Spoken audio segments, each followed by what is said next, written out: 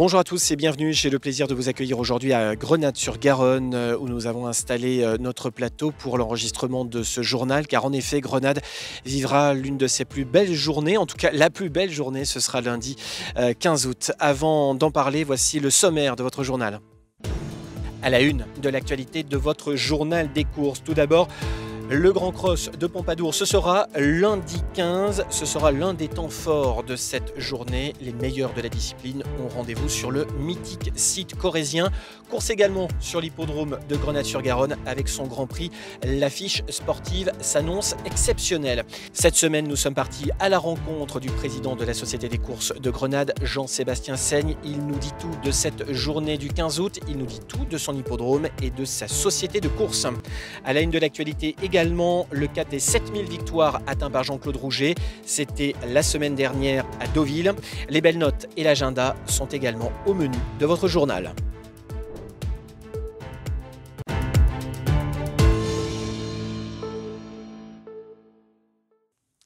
Et à la une de l'actualité, vous l'aurez compris, la traditionnelle journée du 15 août. Dans la Fédération des courses du Sud-Ouest, plusieurs hippodromes seront en activité, particulièrement Pompadour et Grenade, on y revient dans un instant.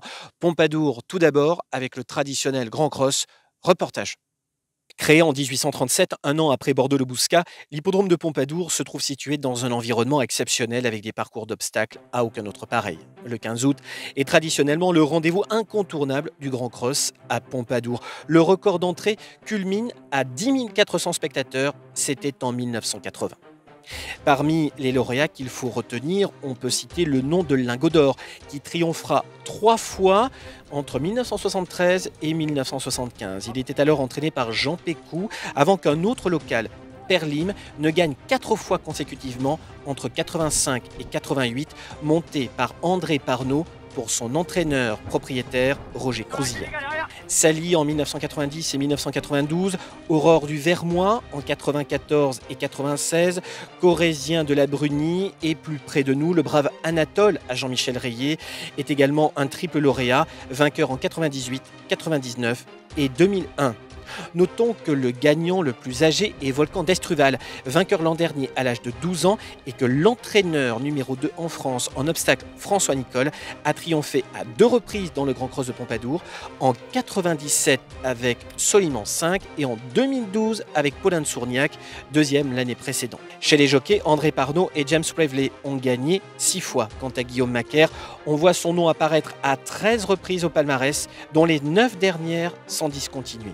Rien d'étonnant si le professionnel de Royan, aujourd'hui associé à Hector de la Jeunette, pourrait voir lundi une série qui n'est pas prête d'être égalée. Autre hippodrome en activité, vous l'aurez compris, ce lundi 15 août, l'hippodrome de Grenade, qui organise son traditionnel groupe 3 ce lundi. L'année dernière, c'était Bilouka du Boscaï qui s'était imposé.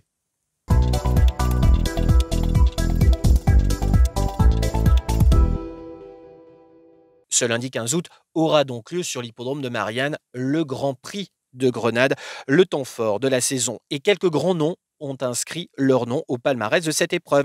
Et notamment Richard Denécher, entraîneur d'Elga du Châtelet et Didiria, les deux confiés à Jacques Nicole, qui gagne 2 années consécutivement en 1979 et 1980.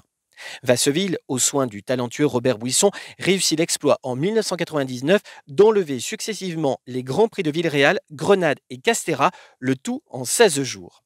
Depuis 2019, la valeur nominale du Grand Prix de Grenade a été fortement valorisée pour atteindre 50 000 €, ce dont a pu bénéficier Clara Mara, mais également Dorec, associé à Manu Criado pour l'entraînement de Gérard Marty, et l'inusable élève d'Yves Hurel, Bilouka du Boscaï, lauréate en 2021, tout en rendant 50 mètres. Pour l'histoire, nous retenons que Grenade peut se vanter d'avoir réalisé la première piste en mâche-fer du Sud-Ouest, un centre d'entraînement sur l'hippodrome, un restaurant panoramique et jusqu'en 1990, des courses en nocturne où galopeurs et trotteurs partageaient l'affiche du 3e samedi de juin. Côté animation, souvenons-nous des matchs entre un trotteur et un cycliste, des courses pour les jeunes ou des soirées brésiliennes comme à Vincennes sous la houlette du président Bernard Mouler. Aujourd'hui, c'est Jean-Sébastien Seigne qui est aux commandes de la Société des courses. Après avoir triomphé à 35 reprises comme driver amateur, entouré d'une équipe au sein de laquelle Sylvie Majorel est la grande argentière, qui sera récompensée pour l'édition 2022 du Grand Prix de Grenade. Réponse lundi après-midi. Et naturellement, pour organiser une telle journée, il faut beaucoup de monde, beaucoup de bras, beaucoup d'investissement de la part des bénévoles autour du président Jean-Sébastien Seigne. C'est la rencontre du jour. On n'est plus qu'à quelques encablures maintenant de la traditionnelle journée du 15 août. Qu'est-ce que ça représente ici à Grenade, cette journée du 15 août? Comme vous le savez, la journée du 15 août, c'est une journée phare pour nous, pour la société, pour les bénévoles, pour tous ceux qui travaillent dur pour faire de cette journée une journée merveilleuse, puisqu'il y a beaucoup d'animations pour les enfants. Et après, bien sûr, côté course, c'est une réunion de gala, puisque nous avons notre groupe 3, notre Grand Prix d'Inavenam à Ezagri, avec des chevaux. Pour l'instant, on a Cache du Rip qui est engagé, et puis on espère avoir aussi notre crack driver national Eric Raffin qui sera présent pour cette réunion. Donc on est très content, très heureux et très impatient de retrouver tous ces champions. Nous avons bien sûr la course des 4 ans avec Ideal San Leandro, notre petit champion régional, qui sera contre In Love Mélois. Il y aura aussi chez les 5 ans, évidemment, le crack astronaute. Donc là aussi, c'est une grande fierté pour notre société d'avoir de tels chevaux. Et puis voilà, on attend beaucoup de monde. On espère que tout soit réuni pour passer vraiment une très belle journée en famille. Beaucoup de choses pour les enfants, des animations, des balades en poney, des châteaux et bien sûr une restauration, un snacking en bas et la restauration au niveau du restaurant panoramique avec la croisée saveurs. Alors parlez-nous un petit peu de votre hippodrome, de la société de course. Combien y a-t-il de bénévoles? Quelle est l'équipe qui vous entoure?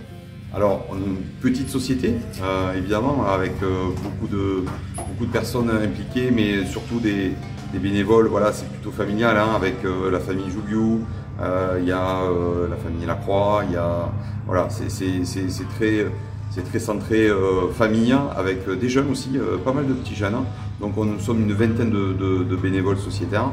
Et évidemment, si vous êtes motivé avec pleine de bonne humeur et envie de côtoyer les chevaux, n'hésitez pas à poser candidature en tant que bénévole. On en cherche, il n'y a pas de souci. Vous faites ça par passion, vous êtes de longue date et même votre famille tombée dedans quand vous étiez petit? Oui, mon père était ce qu'on appelle un parieur du dimanche et un passionné de course. Et donc tout petit, je suis allé dans les hippodromes.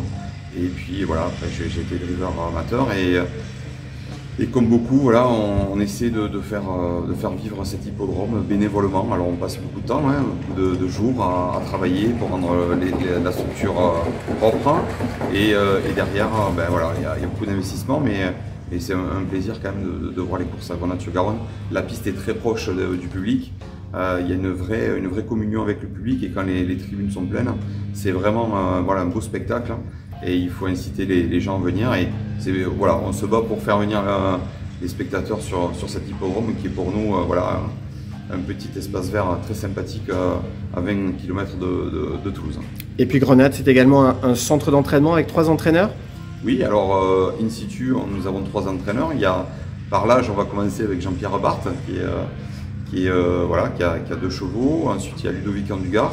Et le petit dernier, Léo Seigné, voilà, qui vient de prendre son entraînement et qui a 2 chevaux à lui.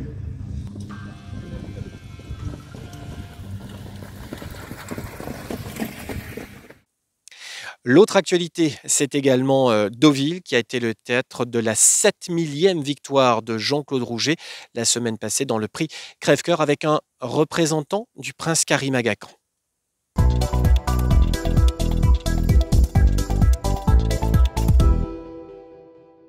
7000 victoires pour l'entraîneur deauvillo-palois Jean-Claude Rouget. La date du 6 août 2022 restera à jamais gravée dans la mémoire de ce maître entraîneur qui a débuté sa carrière à l'âge de 25 ans seulement.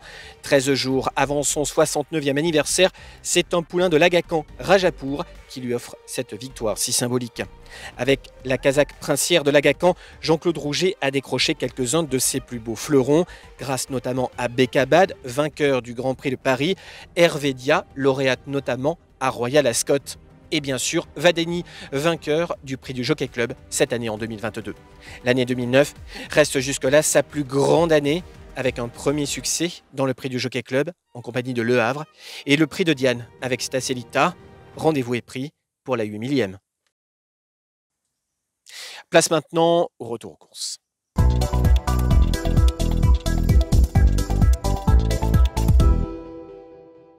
Ce mardi 3 août, Lannemezan accueillait les courses de bannière de Luchon. La première, le prix Jean Lemaire, est l'apanage de Jackpot de Fréca, qui remporte sa première victoire en 4 sorties. Ce poulain de 3 ans est entraîné par Denis Brossard et était associé à son fils Nicolas. Dans le Grand Prix de la ville de Luchon, temps fort de la Réunion, victoire de Fiji Shore, entraînée et drivée par Michel Charlot. La fille d'Offshore Dream n'est pas sortie des 3 premiers depuis le 15 mai dernier. Elle devance Guinness du Vallon et Fortune. Jeudi à Châtelaillon-Plage, réunion premium en matinale. Dans la 4e victoire de Garou des Chaliers, dans la réduction kilométrique de 1,14,9. Depuis le 11 février, ce pensionnaire d'Alain Chavat a signé 2 succès et pris 6 places, le tout en 8 sorties. À Luxé, vendredi 5, concert en première partie de soirée et course comme de coutume à partir de 20h30. En ouverture de la réunion, le prix Cœur de Charente pour poulain de 3 ans voit le succès de Jasmin Ludois, un pensionnaire dit Vidal. Première victoire en 8 sorties pour ce poulain associé à Mathieu Auvray. Luxé toujours, samedi 6, dans la 2e qui mettait à l'honneur Jean-Pierre Madère et Claire du groupe L5, succès de Jouvence d'Amour, entraîné par Guillaume Martin et entraîné par Cédric Pilfer. Première victoire en 2 sorties seulement pour cette fille de la bonne comédie française. À Pompadour, ce 6 août, le cross du jour revient à Virtus d'Estruval qui fait afficher 6 longueurs au passage du poteau. Le pensionnaire de Guillaume Macaire et Hector de la Jeunette était monté par Théo Dumouche. Rappelons que ce cheval s'était classé 2e du Grand Cross de Pompadour en 2020. À Villeréal, c'était jour de Grand Prix. Le succès revient à Guevara-Dupont, propriété de Jean-Pascal Bragato, entraîné par Yannick Henry et associé à Michel Charlot, incontournable dans les grands tournois de cette fin de semaine dans la région. Duo Séguinel est un bon 2e devant Express du Gers, 3e. Dimanche 7 août, il y avait course également sur l'hippodrome d'Eauze pour un dernier tour de piste dans le Grand Prix de la ville de Manciette. Succès d'un cheval que l'on vous conseillait de suivre dans le précédent JT, Fortissimoco, entraîné par Richard Westerink et associé à son homme de confiance Quentin Maché. Eagle Pass prend la 2e place aux dépens de Jet du Manoir. Ce dimanche 7, c'était le grand retour des courses sur l'hippodrome du Tumulus à Gramat, après 2 années d'absence. Pas de course en 2020 pour cause de Covid, pas de course en 2021 pour cause d'inondation. Retour en fanfare pour l'un des hippodromes phares de la région. Dans le prix du concert régional, victoire d'Era des Roseaux, laquelle venait de briller à Biarritz. Elle devance Fakir de la Crière et Daphné Clémaxel. À Montpazier, le Grand Prix Lucien Pradier et Pierre Gipoulou revient à Guido Josselin, entraîné par Jean-Pierre Lagenèvre et associé à Frédéric Closier. En 2022, ce cheval très régulier n'a jamais fini plus loin que 4e. À Royan-la-Palmyre, le prix de la Tremblade revient à Icône Jolie. Ce bumper, entendez par là une course plate à destination de futurs chevaux d'obstacles, est souvent riche d'enseignements. Icône Jolie, entraîné par François Nicole, devance d'une longueur et demie Illico des Landes et Ikero Blue. Ce lundi 8 à Auch, c'était le grand retour du Grand Prix des Trotteurs du Gers, une véritable institution. L'édition 2022 revient à émoi spécial dans la bonne réduction kilométrique de 1,15,2. Fakir Mérité, le champion local de Fronton, prend la 2e place en trottant 1,14,6.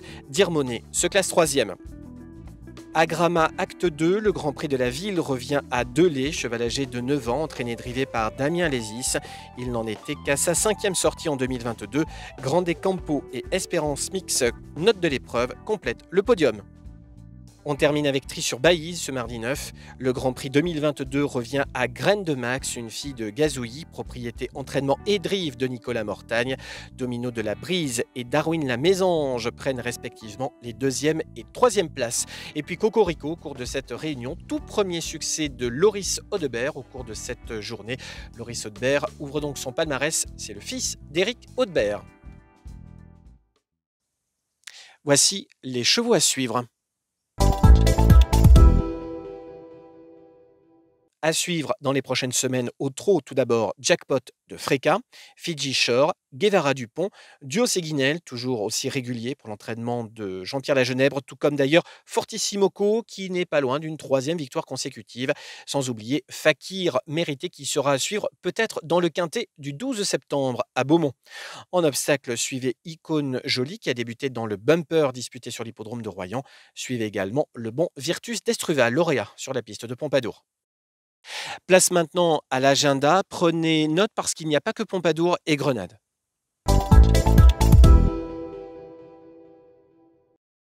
On démarre ce week-end du 15 août sur l'hippodrome de Villeréal en ce samedi 13 en nocturne dès 19h30. Dimanche 14, on ira du côté d'Aurillac qui organise sa deuxième et dernière réunion avec 8 courses mixtes de galop dès 14h. On sera 100% trot à Florence dès 14h15 et en mixte, trot galop à La Palmyre sur l'hippodrome Royan-Atlantique.